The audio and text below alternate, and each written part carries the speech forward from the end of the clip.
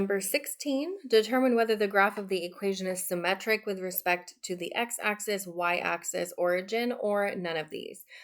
In order to figure out if an equation has symmetry with respect to the x-axis, we are going to replace y with negative y.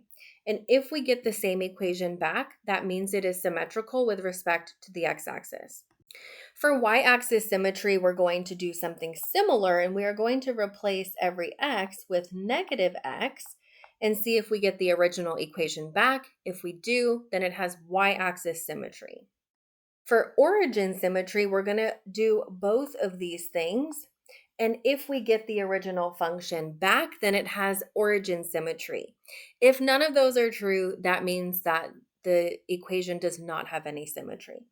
So let's check the x-axis symmetry first. We're going to replace y with negative y.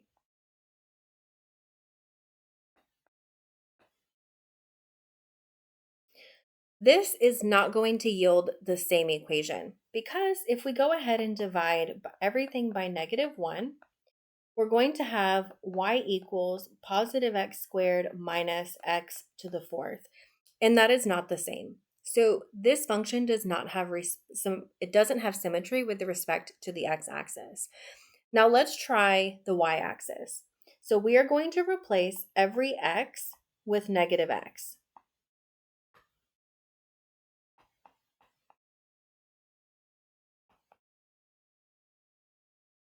Now when we simplify this, negative x squared is positive x times negative 1 is going to be negative x squared plus positive x to the fourth.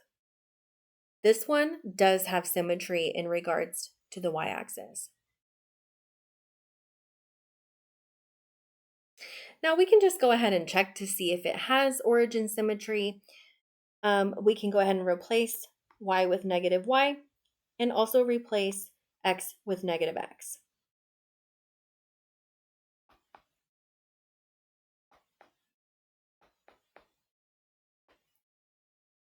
That should be a plus.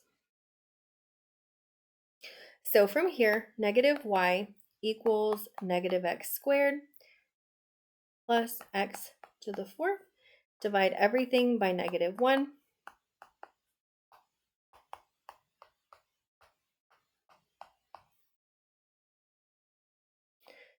So again, this does not have origin symmetry. So we have figured out that this has y-axis.